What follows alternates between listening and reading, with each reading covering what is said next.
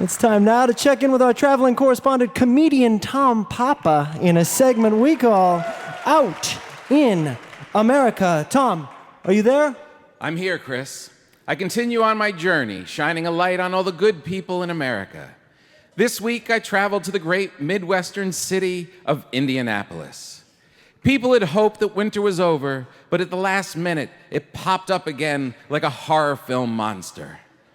There's nothing that dampens your hopes for spring like hearing the words frozen mix, which is a phrase the people in Tempe, Arizona only see on a menu at Margaritaville.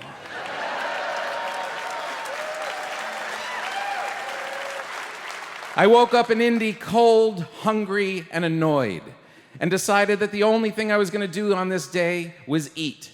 I needed a giant egg-filled, carb-laden breakfast immediately. If this was the pioneer days, I would have put on my boots, grabbed my hunting rifle, and marched into the woods. But this being 2018, I just took out my phone and searched for the best breakfast near me. Have you ever realized that while you might doubt a good friend's opinion, you will blindly trust a complete stranger's 4-star review on Yelp? I have. There was just something about the way she wore her sunglasses in her profile pic that told me that Carrie with an I really knew her stuff. I found an amazing breakfast spot that was only 900 feet away. A good way to judge a restaurant is by the size of the customers, and this place looked great. I knew that these were serious eaters because they sat two to a booth and held their forks in their hands like they were gripping a rake. Have you ever ordered so much food that the waitress asked if she should wait for your guest to arrive before bringing it out? I have. The waitress's name was Nayeli. She'd been serving waffles for tips for the past 6 years. She didn't plan on working here, but she ran into trouble after her divorce and grabbed the first job she could find. She said, "You never plan these things, you just start, and before you know it, you're in some place longer than you want to be anywhere. A lot like marriage." She likes the people, and when the workday is done, it's really over. She said no one ever emails a waitress in the middle of the night unless they're looking for some hanky-panky, and that's a message worth reading. Have you ever secretly fallen in love with a waitress in Indianapolis, tried to figure out a way to run away with her, and at that moment got a phone call from your wife? I have. I don't like taking phone calls in public places, but there's always a chance that a call from home could need immediate attention. It turns out that the dog had licked a hole in her leg, and it looks like she might have to wear a cone. It's not that my wife wants me to do anything about it. She just enjoys shouting out breaking news like she's my personal Wolf Blitzer. Have you ever eaten chicken and waffles, a side of pancakes, and a pot of coffee, and then asked for an omelet and a side of bacon? I have. I gave Nayeli a big tip and waddled outside. Most days when I get really full, I go for a nice long walk. But my stomach didn't feel that great, so I decided the best thing to do would be to find something else to eat.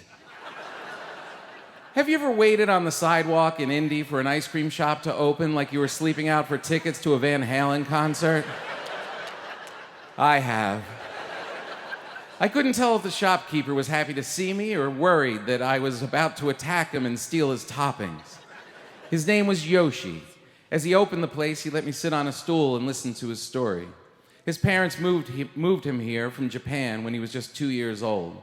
His mother was a painter and his father was a teacher, and they taught him a love of the natural world, which he brings to his ice cream.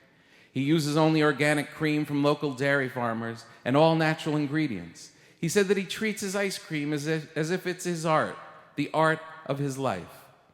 Have you ever waited for the owner of an ice cream shop to stop talking and turn his back so you could stick your face in his container of Rocky Road?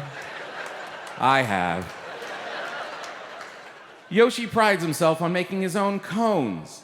He's very particular about the ingredients and takes care with each and every one.